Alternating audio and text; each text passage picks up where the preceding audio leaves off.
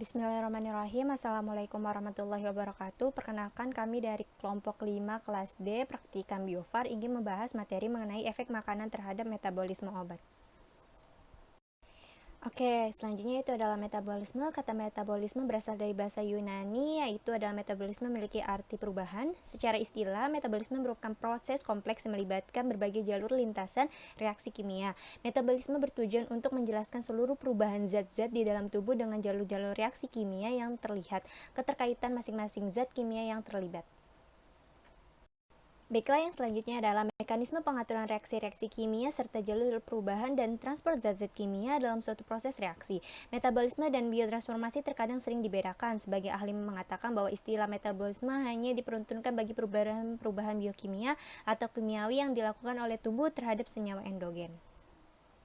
Oke, yang selanjutnya adalah metabolisme. Metabolisme juga dapat didefinisikan sebagai proses kimia yang terjadi di dalam tingkatan organisme yang terkecil atau sampai ke level seluler. Secara umum, terdapat 4 fungsi dari metabolisme di dalam sel, yaitu pertama, menghasilkan energi kimia yang berasal dari energi matahari atau dari pemecahan zat-zat nutrisi yang diperoleh dari lingkungan luar sel. Yang kedua, yaitu adalah perubahan zat-zat nutrisi menjadi senyawa yang dibutuhkan sel. Yang ketiga, itu adalah pembentukan senyawa-senyawa makromolekul yang berasal dari senyawa-senyawa mikromolekul di dalam sel. Dan yang keempat atau yang terakhir adalah sintesis dan pemecahan biomolekul yang dibutuhkan untuk menjalankan fungsi-fungsi sel. Baik, selanjutnya yaitu metabolisme obat. Nah, metabolisme obat ini merupakan suatu proses reaksi kimia yang penting untuk mendorong pembentukan metabolit obat yang diekskresi keluar dari tubuh. Nah, metabolisme obat utamanya dikatalis dengan menggunakan enzim, utamanya di sitokrom P450 atau CYP. Obat umumnya merupakan zat lipofilik. Sifat ini memungkinkan obat menembus ke dalam kompartemen sel yang berbeda melalui membran hidrofilik dengan mudah. Prinsip utama metabolisme obat ini yaitu mengkonversikan senyawa lipofilik menjadi hidrofilik sehingga mudah larut dalam air dan dapat dengan mudah dibuang dalam urin. Nah, selanjutnya itu yaitu proses metabolisme. Berdasarkan reaksi terlibatnya dari hasil akhir metabolisme ini, jalur metabolisme sendiri dikategorikan menjadi 3, yaitu anabolisme, katabolisme, dan reaksi amfibolik. Untuk anabolisme sendiri adalah jalur sintesis atau pembentukan senyawa kompleks dari reaksi kimia yang melibatkan senyawa-senyawa sederhana. Nah, anabolisme ini akan menghasilkan senyawa baru yang digunakan untuk proses-proses penting di dalam tubuh. Reaksi-reaksi anabolisme tentunya membentuk asupan energi atau ATP sehingga bersifat endodermik. Contohnya yaitu protein dari asam amino, proses fotosintesis, dan sintesa DNA zat pati asam amino. Nah, selanjutnya itu yaitu katabolisme. Nah, katabolisme sendiri merupakan jalur pemecahan suatu senyawa kompleks menjadi senyawa sederhana dengan melepaskan sejumlah energi seperti ATP, sehingga dikenal sebagai reaksi eksotermik. Secara umum, jalur katabolisme ini melibatkan reaksi-reaksi oksidasi meliputi jalur pernapasan. Nah, contoh dari reaksi katabolisme ini adalah pemecahan karbohidrat untuk menghasilkan energi. Selanjutnya yaitu reaksi amfibolik. Nah, reaksi amfibolik sendiri yaitu jalur reaksi antibiotik merupakan crossroad atau jalan antara dalam proses metabolisme yang menjadi antara lintasan anabolisme dan katabolisme. Nah, contohnya dari reaksi ini yaitu siklus asam nitrat. Organ metabolisme. Nah, untuk organ metabolisme obat sendiri yang terlibat, yang paling bertanggung jawab yaitu hati. Nah, untuk yang terlibat yang lainnya seperti ginjal, usus, paru-paru, adrenal, darah. Nah, darah ini seperti fosfatase, eksterase, dan kulit. Nah, metabolisme obat terjadi utama dalam retikulum endoplasma atau RE melalui proses enzimatik, yaitu reaksi fase 1, fase 2, dan fase 3. Setelah absorpsi oleh sel, maka cincin fenil dan xenobiotik mengalami reaksi fungsionalisasi. Nah, reaksi ini yaitu reaksi oksidasi pada fase 1.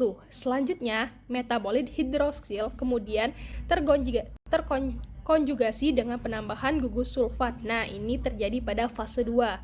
Sebelum dikeluarkan dari sel oleh transporter, ini terjadi pada fase 3 dan diekskresi keluar tubuh. Faktor biotransformasi. Nah, untuk faktor biotransformasi obat sendiri yaitu diantaranya yaitu polimorfisme genetik dari enzim metabolisme. Nah, genotip individu dapat menentukan tingkat metabolisme obat, baik buruknya, intermediate, ekstensif, metabolisme ultra atau cepatnya. mampu menimbulkan toksisitas atau ketidakefektifan obat dalam dosis normal.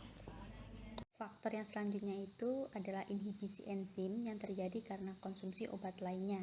Inhibisi CYP menyebabkan peningkatan konsentrasi dan bioavailabilitas substrat obat. Contohnya itu eritromisin, yaitu inhibitor CYP3A4, dapat menyebabkan toksisitas simvastatin atau metabolisme dengan CY3A4 pada pasien. Faktor yang selanjutnya itu ada induksi enzim. Beberapa obat mengalami perubahan transkripsi gen yang menyebabkan peningkatan aktivitas enzim metabolisme.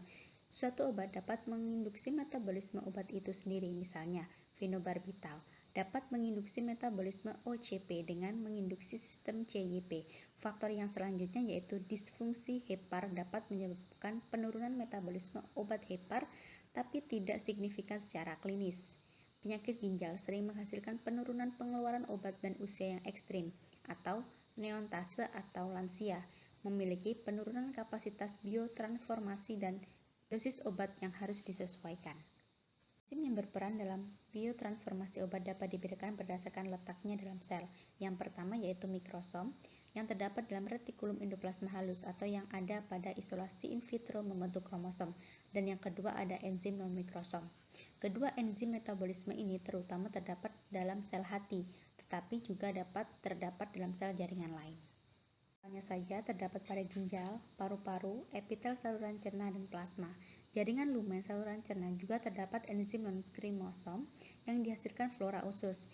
Enzim mikrosom mengkatalisis reaksi glukorinesa, sebagian besar reaksi oksidasi obat, serta reaksi reduksi dan hidrolisis. Sedangkan untuk enzim non-mikrosom mengkatalisis reaksi konjugasi lainnya, seperti reaksi oksidasi, reaksi reduksi, dan juga hidrolisis. Reaksi oksidasi merupakan reaksi yang paling umum terjadi. Reaksi ini terjadi pada berbagai molekul menurut proses khusus tergantung pada masing-masing struktur kimianya. Reaksi hidroksilasi pada golongan alkil, aryl, dan heterosiklik, reaksi oksidasi alkohol dan aldehid, reaksi pembentukan N-oksida dan sulfoksida, reaksi deaminasi oksidatif, pembukaan inti, dan sebagainya. Reaksi hidrolisis disebut juga sebagai diesterifikasi. Proses lain yang menghasilkan senyawa yang lebih polar adalah hidrolisis dari ester dan amida oleh enzim. Esterase yang terletak baik mikrosomal dan non-mikromal akan menghidrolisis obat yang mengandung gugus ester. Selanjutnya, reaksi fase 2 disebut juga sebagai fase sintetik. Reaksi ini terjadi di dalam hati dan melibatkan konjugasi suatu obat atau metabolit fase 1-nya dengan zat endogen. Konjugat yang dihasilkan hampir selalu kurang aktif dan merupakan molekul polar yang mudah diekskresikan oleh ginjal. Tidak semua obat dimetabolisme pada kedua fase tersebut. Ada obat yang hanya mengalami reaksi fase 1 saja atau reaksi fase 2 saja. Tetapi kebanyakan obat dimetabolisme melalui beberapa reaksi sekaligus atau secara beruntun menjadi beberapa macam metabolit. Misalnya, phenobarbital membutuhkan reaksi fase 1 sebagai persyaratan reaksi konjugasi. Oke, baiklah, sekian pemaparan materi dari kelompok 5 kelas D. Semoga ilmu yang disampaikan bermanfaat dan kurang lebihnya mohon maaf. Wabillahi taufiq wal hidayah. Wassalamualaikum warahmatullahi wabarakatuh.